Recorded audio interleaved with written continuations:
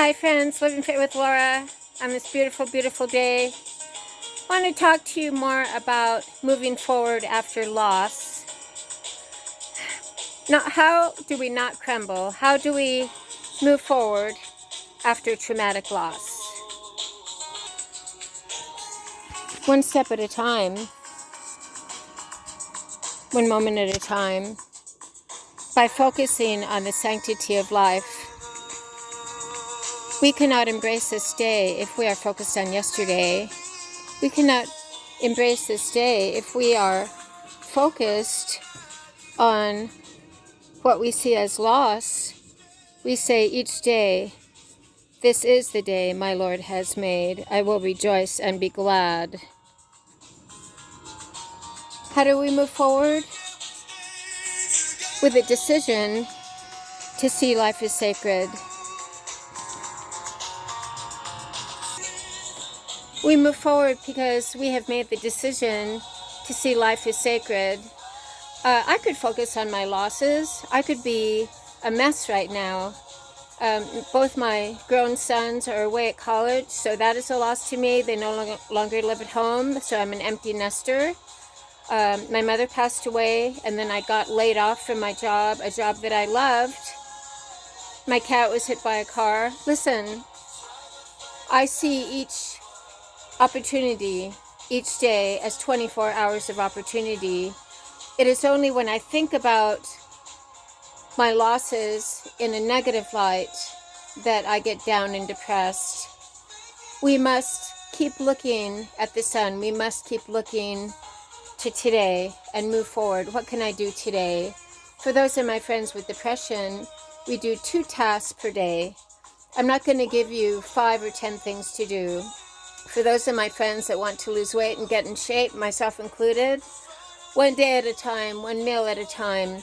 Each time I put something in my mouth to eat, I make the decision, am I moving toward my goal? Am I feeding my goal to lose that belly fat and finally look like the personal trainer that I am so that I can work as a paid personal trainer?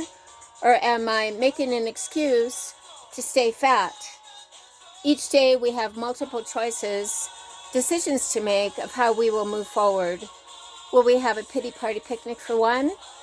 Will we stay in the little me bubble? Will we feel sorry for ourselves? Will we play the blame game? No, we decide to live powerfully, passionately, with purpose and in the present. Each day, we decide to live powerfully, purposefully, with passion and in the present. Just as this song by one of my favorite songs, John Cicada, Just Another Day Without You. If we focus on our losses, we will be gloomy, we will be moaning and groaning and complaining. We will focus on what we see as losses. Remember that what we focus on grows, it gets bigger. So we flip it around and we see our loss as gain.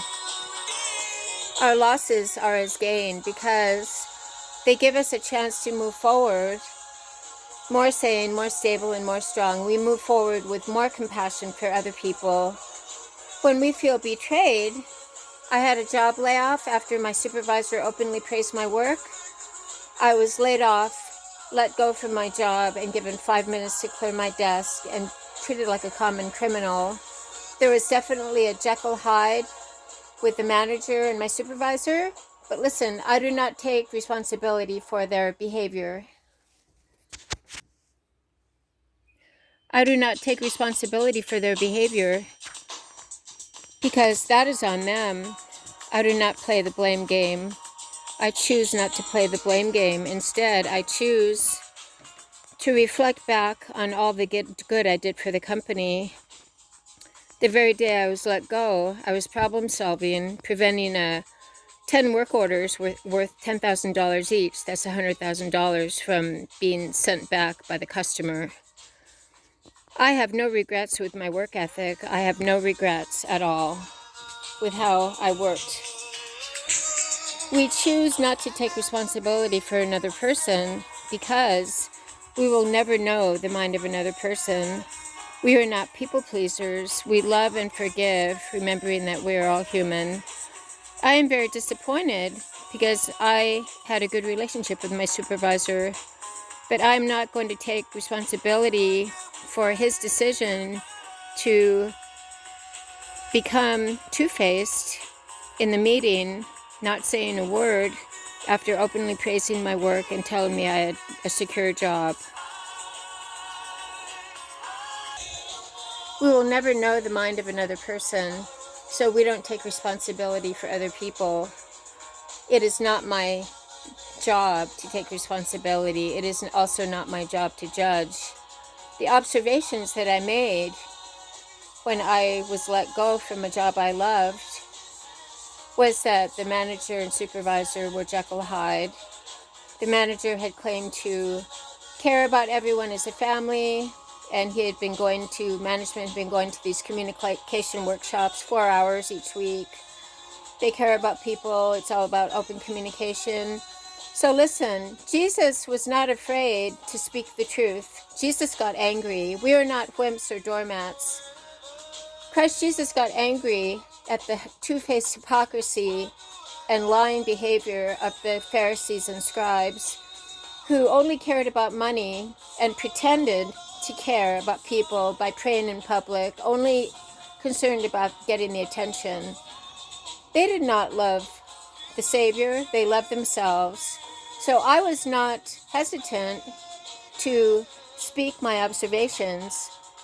We speak the truth. We are outspoken when we see two-faced hypocrisy and wrongdoing. We are outspoken when we see wrongdoing and evil. We don't slink away with our head between our tail between our legs.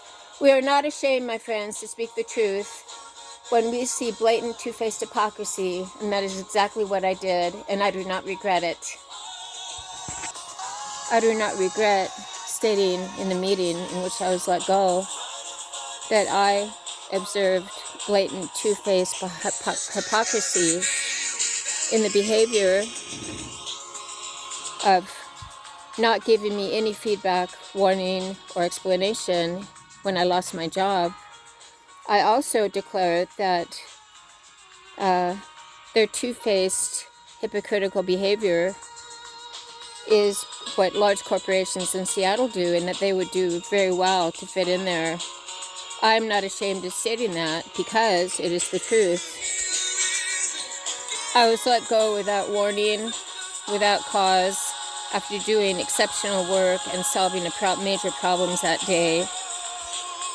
I will continue moving forward without regret, and I do not regret speaking out against evil doing and two-faced hypocrisy. We are not to live as doormats. We are not to live as wimps. We hold our head high. We continue moving forward to those things that lie ahead. We continue moving toward our goal, remembering that life is sacred. We live sane, stable, serene, and strong, living fit with Laura. Awesome.